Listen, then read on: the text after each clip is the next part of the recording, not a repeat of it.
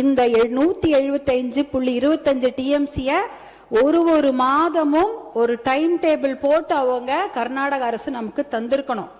இது வரைக்கும் வரலாற்றிலே கிடையாது. அப்படி டைம் டேபிள் போட்டு இந்த மாதம் ஒரு 12 டிஎம்சி, அடுத்த மாதம் 32 டிஎம்சி தந்ததே கிடையாது. நமக்கு ஜூன் மாசம் 9.18 டிஎம்சி தண்ணீரை கர்நாடக அரசு நமக்கு திறந்து விட்டிருக்க வேண்டும். ஆனால் கடந்த ஜூன் மாதம், அதாவது இந்த 2026 2 மாசத்துக்கு முன்னாடி அவங்க திறந்து விட்ட தண்ணீருடைய அளவு 2 டிஎம்சி தான். ஜூலை மாசம் 31.24 டிஎம்சி தண்ணீர் திறந்து விட்டிருக்க வேண்டும். 1 டிஎம்சிக்கும் குறைவான தண்ணி தான் திறந்து விட்டுருக்காங்க. அப்படின்னா அந்த சட்டத்தையோ தார்மீக நடவடிக்கையோ காவிரி ஆணையத்துடைய தீர்ப்பையோ உச்ச நீதிமன்ற தீர்ப்பை எதையுமே கர்நாடக அரசு மதிக்கவே இல்லை. இதுவரைக்கும் அவங்க திறந்து விட்டதே இல்லை.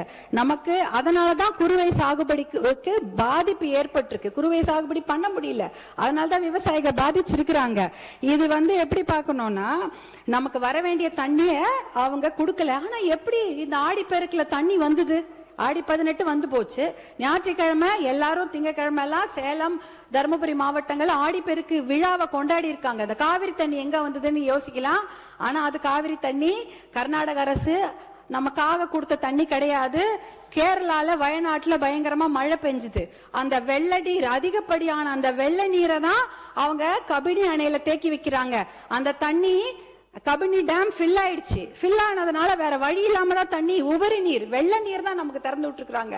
ஹாரங்கியில இருக்கிறதோ, ஹேமாவதியில இருக்கிறதோ, கேஆர்எஸ்ல இருக்கிற கிருஷ்ணராஜசாகர் டேம் தண்ணி அவங்க திறந்து விடல. அது முழுக்க முழுக்க கர்நாடக மாநிலத்தில் அந்த பெய்யக்கூடிய மழை, அந்த காவிரி நதி நீரை அதை தேக்கி வச்சுட்டாங்க.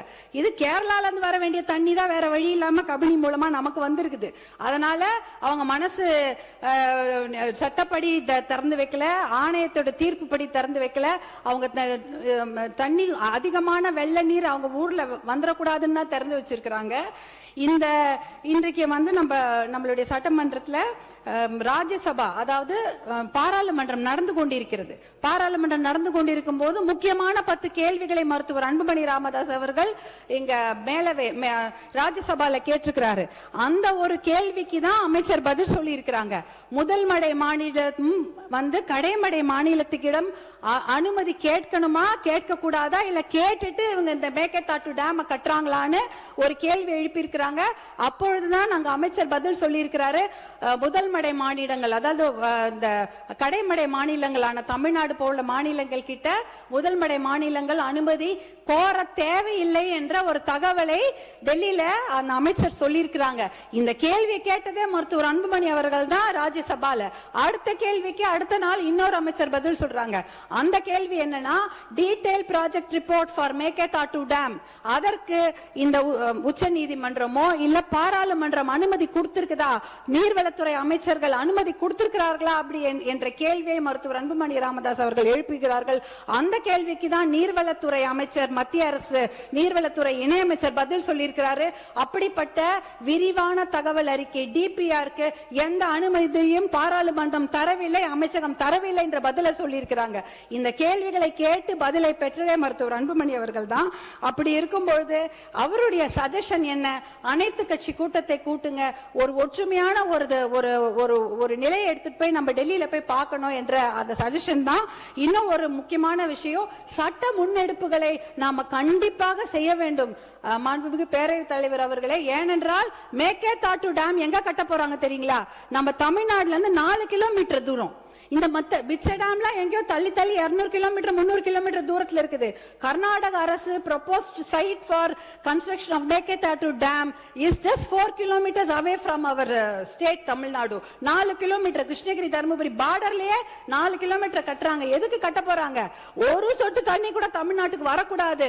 வரக்கூடிய அத்தனை தண்ணியும் எல்லா டேம்லயும் சேர்த்து வச்சுட்டு மேகதாட்டுல 70 டிஎம்சி தண்ணியை புடிச்சு வச்சுக்கிட்டு ஒரு சொட்டு நீர் கூட தமிழ்நாட்டுக்கு வரக்கூடாது என்பதற்காக தான் தமிழ்நாட்டுக்கு மிக அருகில் டேம் கட்டுறாங்க.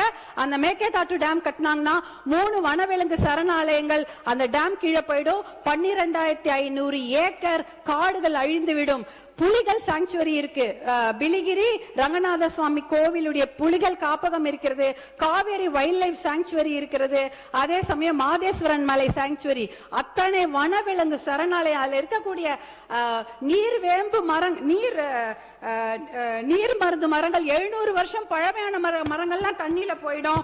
நீர் நாய், சாம்பல் நீர் ஆட்டர்ஸ், அப்புறம் மகாசீர்னு மயில் கண்ட மீனுங்க, 4 கொம்பு மானு எல்லாமே அழிஞ்சிரும். இதெல்லாம் அழிச்சிட்டு தான் மேகேதாட்டு டேம் கட்ட போறாங்க.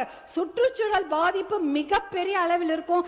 இதற்காக சுற்றுச்சூழல் கேஸ் நம்ம நிறைய போட்டு இந்த டேமை கட்ட விடாம நம்ம தடுத்தணும்.